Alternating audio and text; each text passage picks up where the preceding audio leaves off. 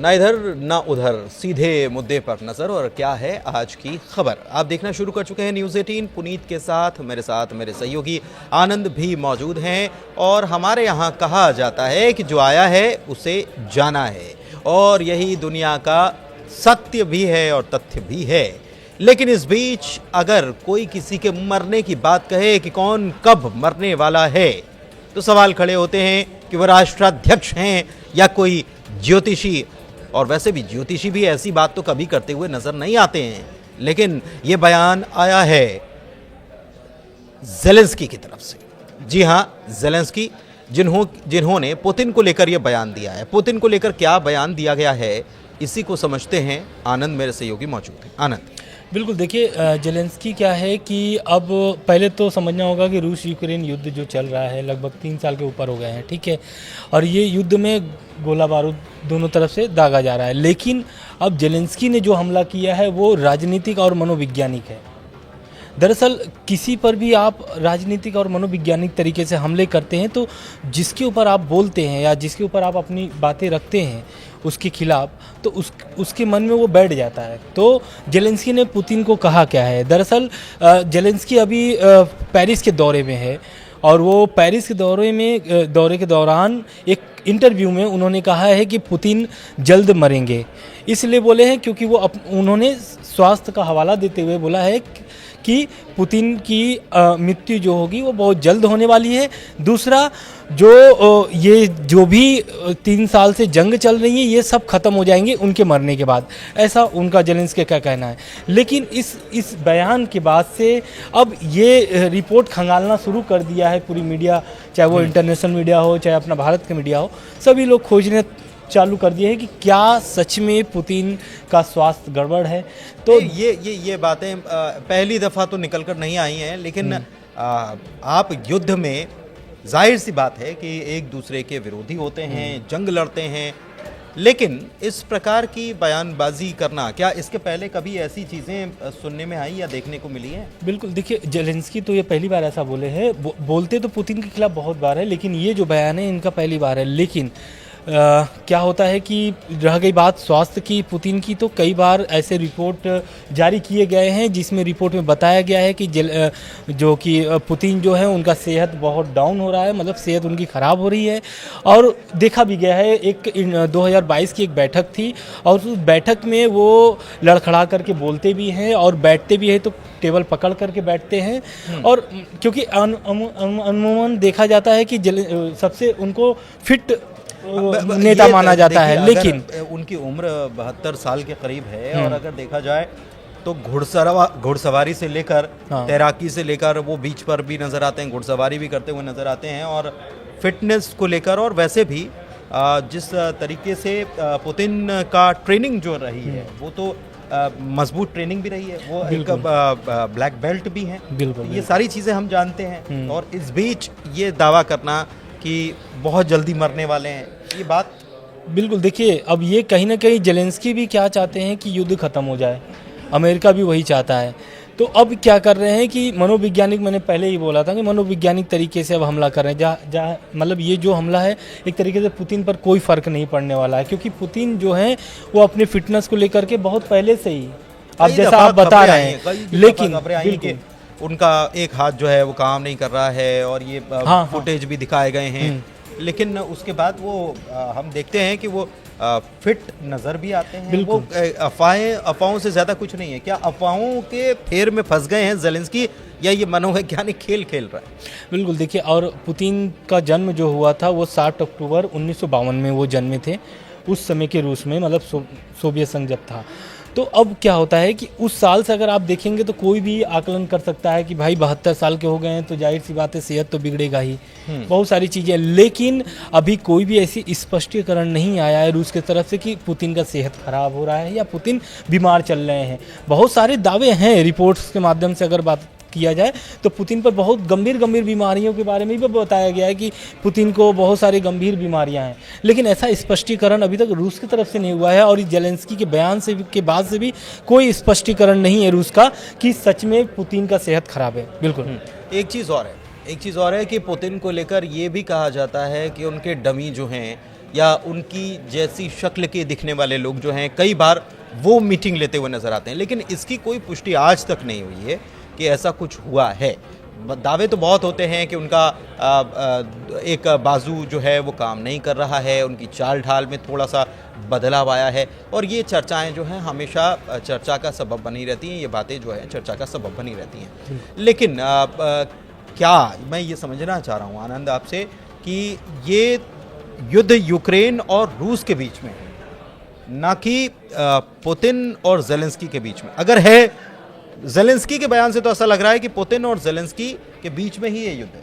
बिल्कुल, देखिए होता क्या है कि वो राष्ट्र एक तरीके से बहुत शीर्ष पद पर बैठे हुए हैं दोनों देशों में, चाहे वो पुतिन हो चाहे वो जेलेंस्की हो, तो जाहिर सी बात है उनके ऑर्डर पे ही सारा कुछ हो रहा है।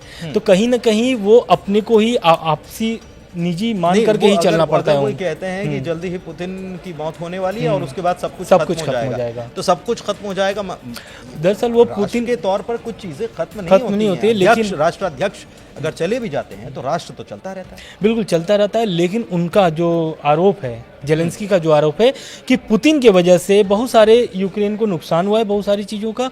और जब से पुतिन आए हैं तो हुआ क्या है, दरअसल ये लड़ाई जो है सच माना जाए, अगर देखा भी जाए, आकलन निकाला जाए, तो जब से पुतिन राष्ट्रपति बने हैं रूस के, तब से ही यूक्रेन के पीछे पड़े हुए हैं। दरअसल यूक्रेन को इसलिए वो नहीं पसंद करते क्योंकि वो शुरू से रूस के खिलाफ ही काम किया है, चाहे वो नाटो में शामिल होने की बात हो, चाहे फिर वो यूरोपीय संघ के साथ बातचीत करने की बात हो, चाहे फिर वो बॉर्डर से संबंधित बात हो। सबसे बड़ी बात ये है कि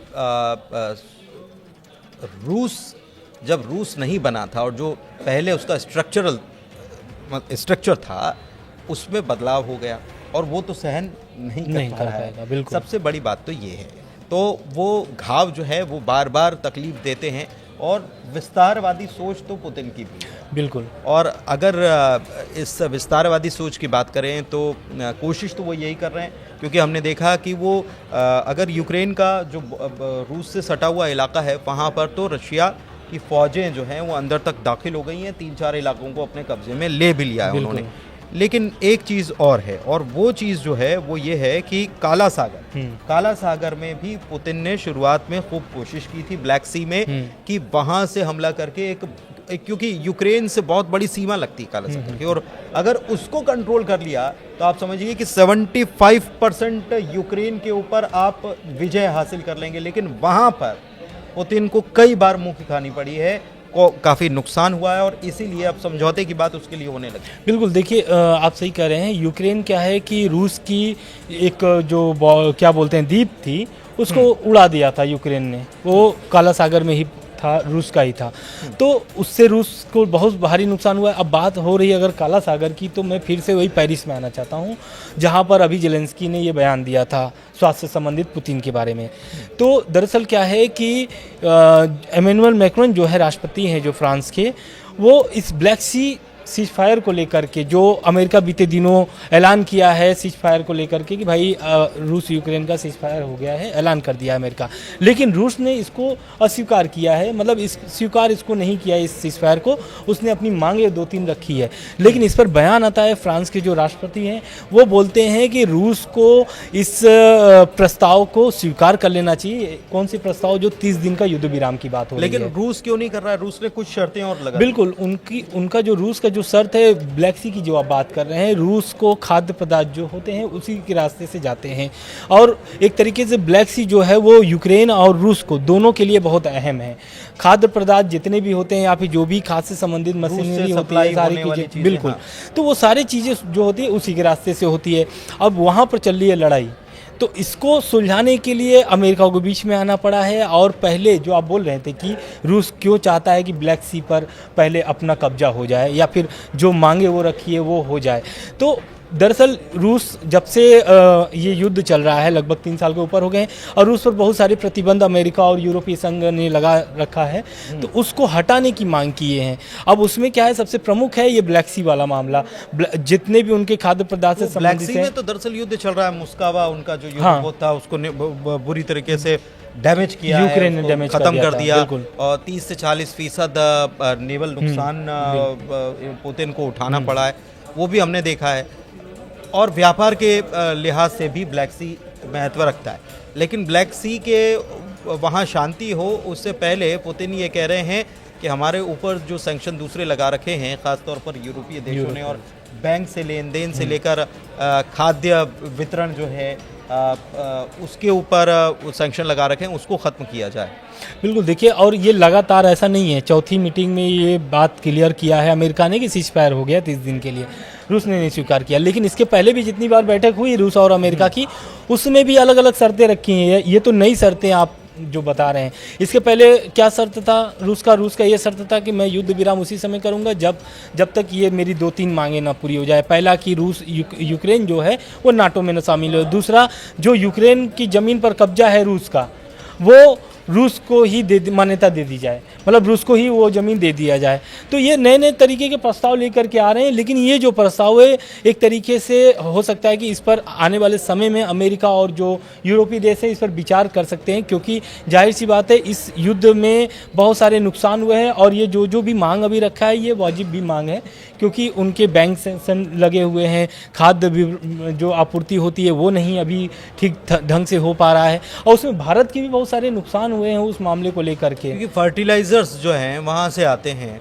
और मध्य प्रदेश के एक मंत्री ने इसको लेकर बयान दिया था, मध्य प्रदेश में बयान दिया था, मध्य प्रदेश के मंत्री ने मध्य प्रदेश में केंद्र सरकार के मंत्री की तरफ से कहा गया था कि जो वॉर चल रहा है उसकी वजह से आपका यूरिया और दूसरे फर्टिलाइजर्स जो हैं उसकी सप्लाई बाधित हो रही है, और इसकी वजह से मध्य प्रदेश में भी किसानों तक ये फर्टिलाइज़र नहीं पहुंच पा रहा है। बिल्कुल, तो ये मध्य प्रदेश संबंधित पूरे देश में भी हम लोग रख सकते हैं, क्योंकि पूरे देश की जो होती है वो भारत ही क्या असर करता है। बिल्कुल असर पड़ रहा है। तो कहीं ना कहीं ये जो मांग है हो सकता है आने वाले समय में विचार करे, हो सकता है कि ये जो 5वां मीटिंग हो सकता है ये तीनों लोगों का हो फिर से, यूक्रेन, रूस और अमेरिका की। बिल्कुल, लेकिन वॉर अभी भी जारी है और वॉर अभी जारी है और हमले भी जारी है, लगातार हमले हो रहे हैं, लाखों की संख्या में मर चुके हैं लोग, अभी भी लगातार मौतें हो ही रही हैं और युद्ध की जंग में। इसमें अमेरिका ये कह रहा है कि डील हो गई है, अमेरिका कह रहा है कि डील हो गई है, हमने डील करवा दी है। रूस ने कहा है कि डील अभी नहीं हुई है, डील में अभी ये करना बाकी है।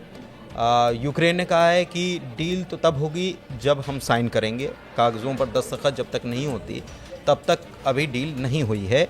लेकिन अब इसमें फ्रांस की बातें भी सामने आई हैं। सबसे बड़ी बात यह है कि अगर पुतिन ये कहते हैं कि हमारे ऊपर जो सैंक्शंस लगे हैं वो हटाए जाएं, ख़ास तौर पर यूरोपीय देशों की तरफ से, तो वो चाहते हैं कि इस डील में कहीं ना कहीं यूरोपियन कंट्रीज़ जो हैं उनको भी इसमें इस डील में शामिल कर लिया जाए, वो भी आ जाएं, उनसे भी बातचीत हो जाए इस डील के ज़रिए। वो चाहते हैं कि व्यापार, क्योंकि व्यापार से दुनिया चलती है, हम ये बार बार कहते आए हैं। बहरहाल ये डील कब वाकई में ज़मीन पर उतरेगी अभी इसकी कोई तारीख तय नहीं हुई है, लेकिन पुतिन हर वो रास्ता खोलना चाहते हैं जिससे बिजनेस के रास्ते खुल जाएं। फिलहाल इस वीडियो में इतना ही, दीजिए इजाज़त। वीडियो कैसा लगा, चर्चा कैसी लगी, कमेंट के ज़रिए बताइए। हमारे चैनल को सब्सक्राइब कीजिए, वीडियो शेयर कीजिए। धन्यवाद।